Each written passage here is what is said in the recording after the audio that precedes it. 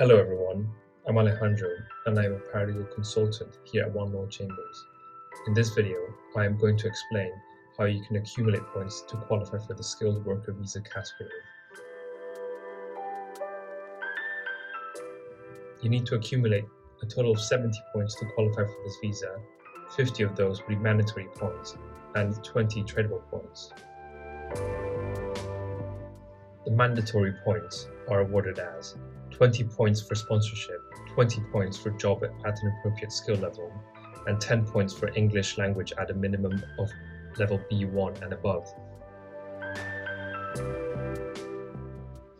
You must check that your sponsor is registered on the Register of Licensed Sponsor before you apply.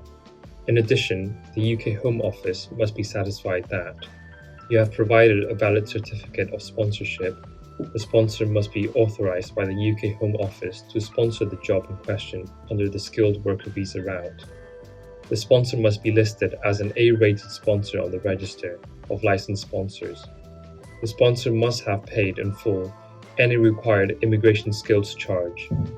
There are no reasonable grounds to believe that the job is not genuine, does not exist, is a sham, or is one of convenience, and there are no reasonable grounds to believe that the job amounts to a hire of the applicant for a third party who is not the sponsor or amounts to contract work to undertake a routine role or provide a routine service for a third party who is not the sponsor.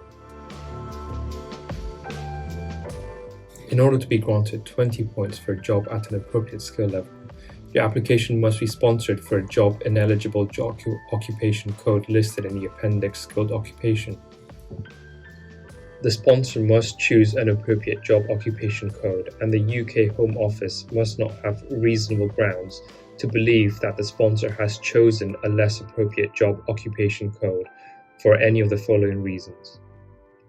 The most appropriate job occupation code is not eligible under the skilled worker visa route. The most appropriate job occupation code has a higher going rate than the proposed salary.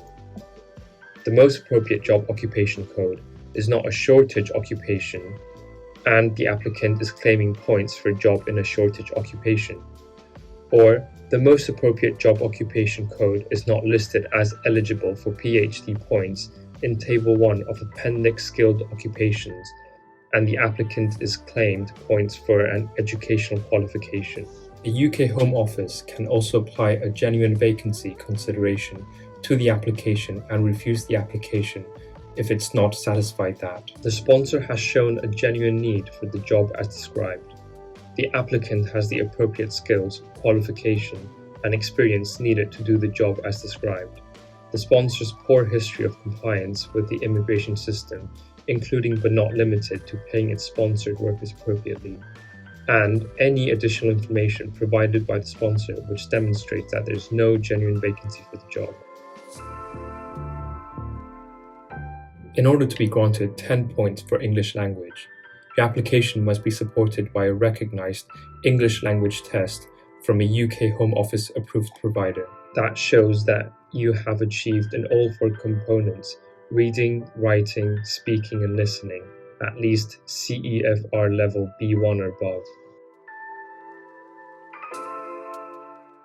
There are 6 options for an application to achieve the additional 20 tradable points. These options are as follows. Option A. The salary for the job being sponsored must equal or exceed both a minimum of £25,600 per annum and the going rate for the occupation code. Option B. If the applicant is relying on an educational qualification for the job, then the job must be listed in the Appendix Skilled Occupations as being eligible for PhD points.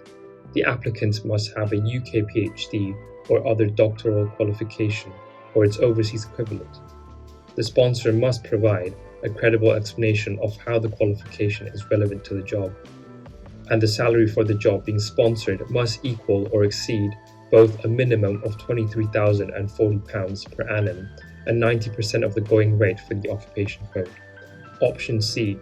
If the applicant is relying on an educational qualification in a STEM subject, then the sponsor must provide a credible explanation that the qualification is a STEM subject, and the salary for the job being sponsored must equal or exceed both a minimum of £20,480 per annum and 80% of the going rate for the occupation code. Option D.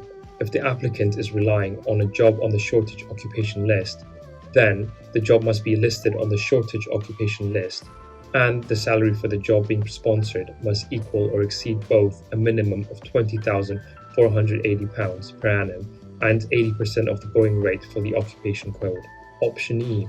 If the applicant is relying on a job as a new entrant, then the applicant must be aged 26 years or under on the date of application. The job must be for a postdoctoral position under the qualifying job occupation codes. The job must be in a UK regulated profession, and the applicant must be working towards a recognized professional qualification for that profession. The applicant must be working towards full or chartered status with the relevant professional body. The applicant's most recent visa was a student visa. The student visa expired less than 2 years before the application. The applicant studied a qualifying course. The applicant has either completed the course or is applying no more than 3 months before the course is expected to complete. And the salary for the job being sponsored must equal or exceed both a minimum of £20,480 per annum and 70% of the going rate for the occupation code. Option F. If the applicant is relying on a job listed in a health or education occupation, then the salary for the job being sponsored must equal or exceed both a minimum of £20,480 per annum and the going rate for the occupation code. And if the job is in the occupation code for nurses or midwives, the salary can be temporarily less than £20,480 per annum for a period up to 8 months, whilst the applicant is working towards achieving full NMC registration. At One Law Chambers, our immigration solicitors and barristers regularly assist with skilled worker visa applications in order for applicants to remain and settle in the UK. Whether you require expert immigration advice on the requirements of the immigration rules, an independent immigration assessment of your prospects of qualifying for a skilled worker visa, or professional immigration representation with preparing your skilled worker visa immigration application, our immigration solicitors and barristers can help you. Please check out our website at www.onelawchambers.com or give us a call for more information. Our contacts are listed in the description below. Thank you for watching this video. I hope it has been informative. If you like this video, don't forget to click like and subscribe to our channel. Goodbye.